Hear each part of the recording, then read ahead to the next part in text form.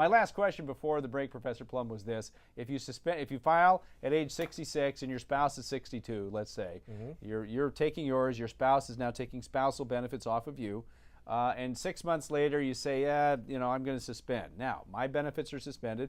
My wife's, who was taking from me by law now, well, of course, she would have had to. No, she could have kept taking them before, right?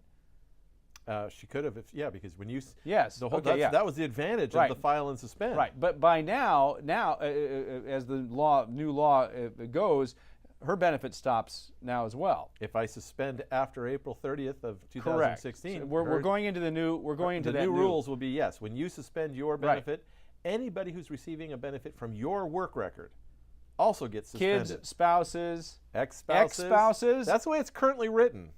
Ex-spouses. Yes, and we should mention this. And that's one of those. I don't believe they meant to do that. They don't, because they don't know the rules. Well, and it's probably an unintended consequence. But the idea was, before these new rules, the ex-spouse, the only thing that the worker in this case, my ex, the only thing the ex looked to me for was, am I eligible to take a benefit? It didn't matter whether I was. It didn't matter whether anybody else was. It didn't matter whether I'd taken it or suspended it or anything. I had nothing to do with whether or not my ex took a benefit or not from me. As long as I was eligible to apply, they were potentially eligible to get a spousal benefit. But now, that still works for the beginning part. But if I'm a bitter, spiteful old man and I want to say, well, I'm going to show them, I can apply for my benefit at 66 and suspend it. And if my ex is taking a benefit from me, the way the law is written right now, cut, done, off, done. That's right. My ex-spouse is suspended just like anybody else is, and my benefit doesn't affect me at all. Yeah, and now that doesn't work when you're age 62 to 66. No. Because the old rules still apply. But once you hit age 66, you could file and then if I had lost my benefit before, well, there was no connection in there. Right. So, yeah, but if I'm suspended, my ex would be suspended. Yeah. Now the question is it only a voluntary suspension, or does an eligibility come into play there? Oh, I don't think the eligibility is. I think it's just a voluntary suspension. Well, they haven't really thought it through, but and I should mention too that you don't really have an ex. I don't have an ex. No. You were using this as an example. Metaphorically, yes. Yes. I should throw that out because people will say, "Wait a minute, Plum has an ex? I didn't realize that." Plum does not have an ex. Plum does not have an ex. Okay. Please, Sherry, don't know. As far as you know, don't be calling the attorney now. Okay, so we're gonna get to a couple of calls. I want to get to an email or two. Now we had Dick in Honolulu, which we did answer, but it's rather lengthy, and I don't have time because we only have another 25 minutes left in the show, so or whatever it is. So I will make sure that gets answered. But Bruce in Pittsburgh, California. I'm 65 and my income is $90,000. I intend to continue working. If I take my Social Security at age 65, what is my tax rate on that income of around $20,000 of Social Security benefit? Well, your tax rate is going to be zero because you're not going to get a Social Security benefit at 65 if you're making $90,000 a year. There's a retirement earnings test until you're 66. Now, next year, you'll have a tax bracket because after you get to full retirement age, you can continue working and it won't have any impact on the Social Security benefit that you're receiving. So next year, if you make $90,000. Now, did he say he was single or married? I'm sorry, I missed that. That does not say. Well, if you're single, you're probably going to pay 25% on the majority, if not, of that $20,000. Well, probably around 20%. In taxes on that $20,000, it's about $4,000. The reason I say that is 85% of it will be taxable at 25%. So effectively on the whole 20, it's probably closer to 21%. Now, if you're married, filing a joint return and the total household income is $90,000, then it's probably borderline, depending upon whether you itemize your deductions or not, 15%, 25% on the taxable portion of the Social Security. So it's not going to be free.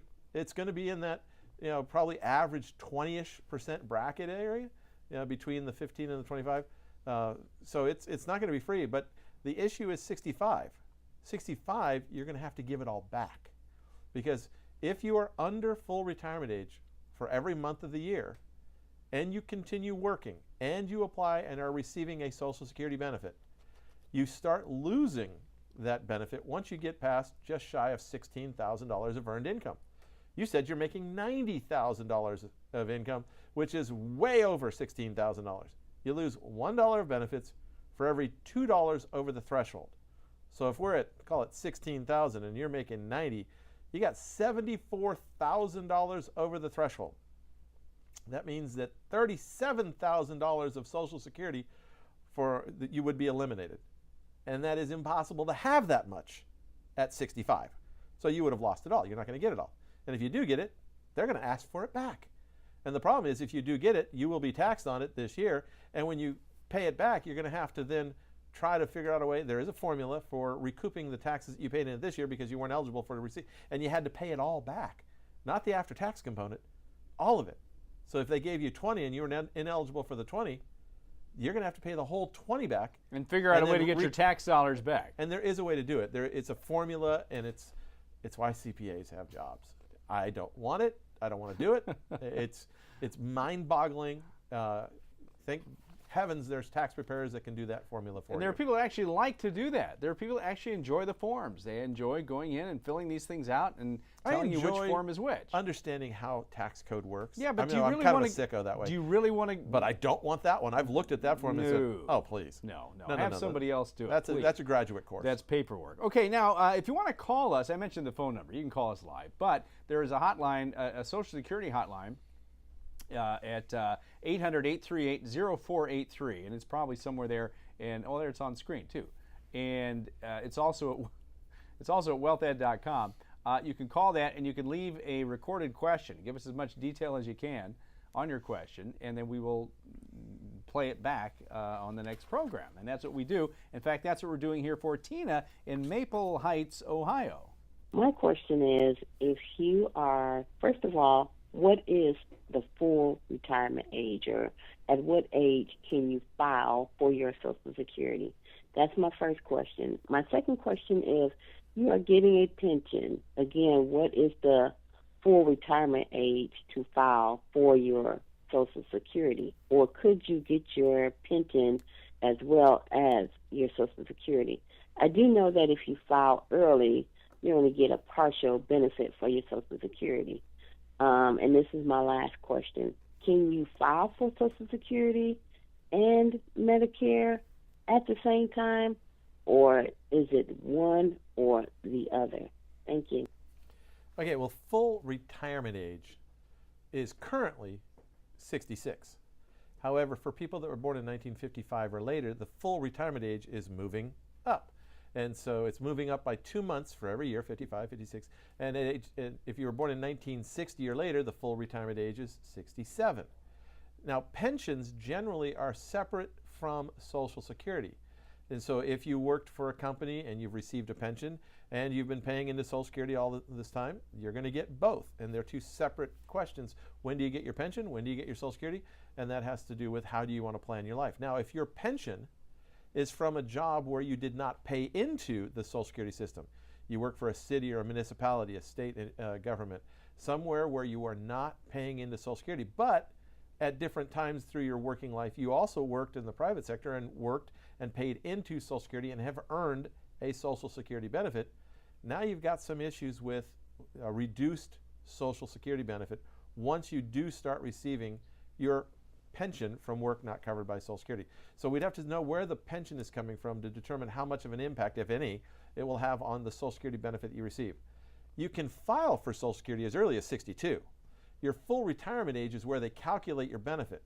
And if you take it before full retirement age, it is reduced. How much it's reduced is based on the number of months before full retirement age that you actually apply. You can also wait until age 70, and it will increase for every month that you wait from full retirement age all the way up to age 70. And so should you sign up for your Social Security and Medicare at the same time? Well, that depends on how old you are when you are signing up for Social Security. If you're signing up for Social Security at 62, you're not old enough yet to sign up for Medicare. So you sign up for Social Security, and then when you hit 65, it automatically kicks you into Medicare. If you want to wait until 70 to sign up for your own Social Security benefit, you're going to want to go in at 65 and apply for your Medicare benefit.